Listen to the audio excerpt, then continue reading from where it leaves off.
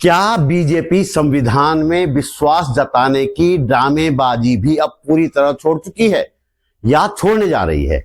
संविधान में विश्वास जताने के बीजेपी जो दावे करती है वे वास्तव में सिर्फ ड्रामेबाजी ही होते हैं। जिस संविधान की बदौलत बीजेपी और उसके श्रेष्ठ पुरुष आज देश की सत्ता पर काबिज हैं, उस संविधान को इतनी जल्दी नकार देना भी तो ठीक नहीं है। लेकिन इरादे तो यही है, वरना संभल से लेकर उत्तरकाशी तक जो हो रहा है, कोर्ट से लेकर पुलिस तक जो कर रही है, क्या वह संविधान के अनुरूप है? यदि आप संविधान में विश्वास रखने वाले लोग हैं, यदि आप इस देश की एकता और अखंडता के हिमायती हैं, तो क्या आपको नहीं लगता कि इस देश को दंगों की आग में झोंकने का प्रयास किया जा रहा है? यह बात कहते हुए मैं अपनी एक आशंका भी यहां जोड़ना चाहता हूं। कोई भी सत्ताधारी पार्टी अपने देश में दंगा क्यों करवाना चाहेगी? कहीं हम किसी अंतर्राष्ट्रीय साजिश का शिकार तो नहीं हो गए हैं? आप हाल के दिनों में देखेंगे कि भारत ही नहीं, बांग्लादेश और पाकिस्तान सहित कई दक्षिण एशियाई देशों में भी अल्पसंख्यकों के खिलाफ मुहिम चलाई जा रही है। इन आशंकाओं पर बात करेंगे इस वीडियो में, अंत तक जरूर देखिएगा।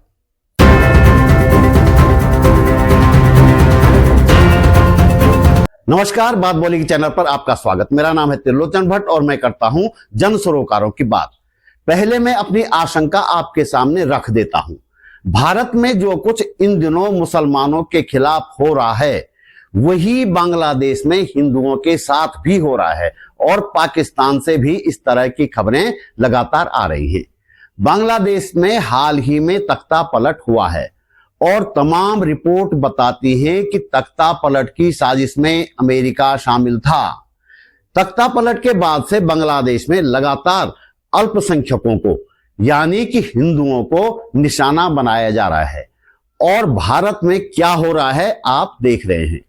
अल्पसंख्यकों के खिलाफ चलाए जा रहे अभियानों का पैटर्न देखेंगे तो दोनों देशों में आपको कई समानताएं नजर आ जाएंगी। इतना फर्क जरूर है कि बांग्लादेश के हिंदू चिट्ठी लिखकर भारत से हस्तक्षेप करने की मांग कर रहे हैं। हिंदुस्तान के मुसलमान ऐसी ही ज्यादतियां सहने के बाद भी कम से कम किसी दूसरे देश से इस तरह की मांग नहीं कर रहे हैं। उत्तराखंड के उत्तरकाशी में जो कुछ हो रहा है, उसे लेकर राष्ट्रीय मीडिया पर बेशक बहुत बातें न हो रही हूं, लेकिन यहां भी हालात लगातार खराब हैं। कुछ स्थानीय पत्रकार जरूर इस पर बात कर रहे हैं। इस मामले में गंभीर चिंता की बात यह है कि तेलंगाना तक से बीजेपी विधायकों को बुलाकर नफरत बोई जा रही है। आपको याद होगा, बीते 24 अक्टूबर को उत्तरकाशी में एक जुलूस निकाला गया था उस मस्जिद के खिलाफ जो 1970 से पहले बन गई थी और जिसे प्रशासन ने अपनी जांच में वैध पाया था। बावजूद इसके जुलूस निकाला गया, नफरती भाषण दिए गए, नारे लगाए गए। जब नफरती भीड़ पथराव करने लगी तो पुलिस ने लाठी भी चलाई, मुकदमा भी दर्ज किया। इसके बाद कई अधिकारियों को बदल दिया गया और मुख्यमंत्री ने फिर से जांच करने के आदेश भी दे डाले। पत्थरबाजों के खिलाफ जो मुकदमे उस दिन दर्ज हुए थे, उन मुकदमों से गंभीर धाराएं हटा दी गई। उस समय जब सवाल उठा कि इस जुलूस को निकालने की अनुमति क्यों दी गई, तो प्रशासन की तरफ से जवाब आया कि शर्तों के साथ अनुमति दी गई थी। जाहिर है शर्तों का उल्लंघन किया गया था। अब 1 दिसंबर को एक बार फिर से इन्हीं लोगों को मस्जिद के खिलाफ उत्तरकाशी में महापंचायत करने की अनुमति दे दी गई। फिर से कहा गया कि अनुमति शर्तों के साथ दी गई है। इस मामले में हाई कोर्ट को भी गुमराह किया गया। हाई कोर्ट में कहा गया कि उत्तरकाशी में ऐसी किसी महापंचायत की अनुमति नहीं दी गई है, लेकिन अगले दिन अनुमति दे दी गई शर्तों के साथ। और हाई कोर्ट को गुमराह करके दी गई इस अनुमति का नतीजा ये हुआ कि बीजेपी, जो अभी तक पीछे से इस नफरती अभियान को समर्थन दे रही थी, खुलकर सामने आ गई। न सिर्फ बीजेपी विधायक सुरेश चौहान इस महापंचायत में शामिल हुए, बल्कि तेलंगाना से टी राजा नाम के एक विधायक को भी बुलाया गया। सुरेश चौहान और टी राजा ने यहां जमकर नफरती भाषण तो दिए ही, टी राजा ने सीएम धामी को भी जमकर कोसा और योगी आदित्यनाथ से सबक लेकर बुलडोजर तैयार रखने की बात कही। और जब महसूस हुआ कि ये सब तो सीएम धाकड़ धामी के खिलाफ हो गया है, तो टी राजा से एक ट्वीट करवाया गया जिसमें धामी साहब की जमकर तारीफ करवाई गई।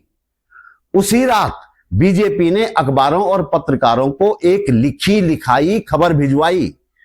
खबर टी राजा के उत्तरकाशी के भाषण से शुरू नहीं की गई थी, बल्कि उस ट्वीट से शुरू की गई जो धामी साहब की तारीफ में किया गया था, या कहें कि करवाया गया था।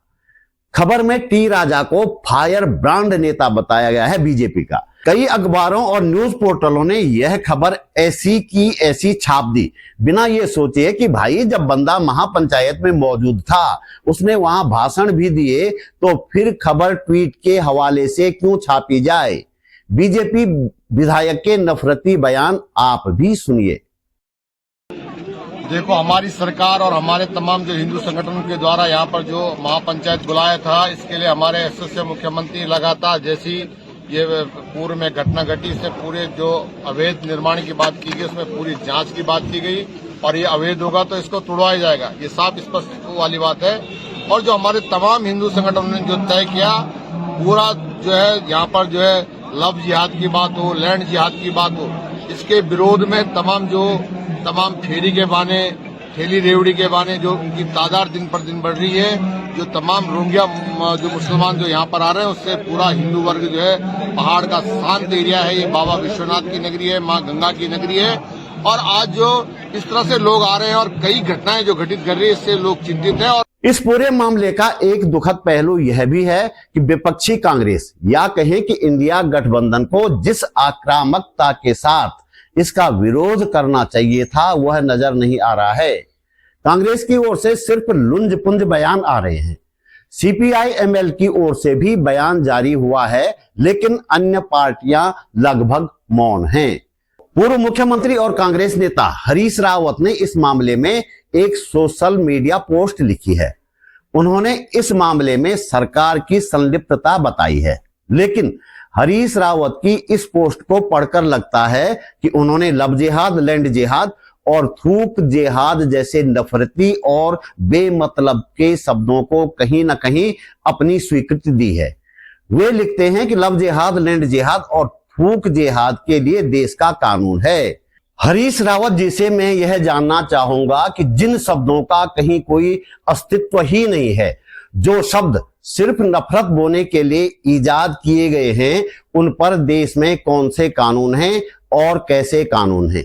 मेरा मानना है कि हरीश रावत जैसे सीनियर नेता को इन शब्दों को अपनी स्वीकृति देने के बजाय इन्हें हतोत्साहित करना चाहिए।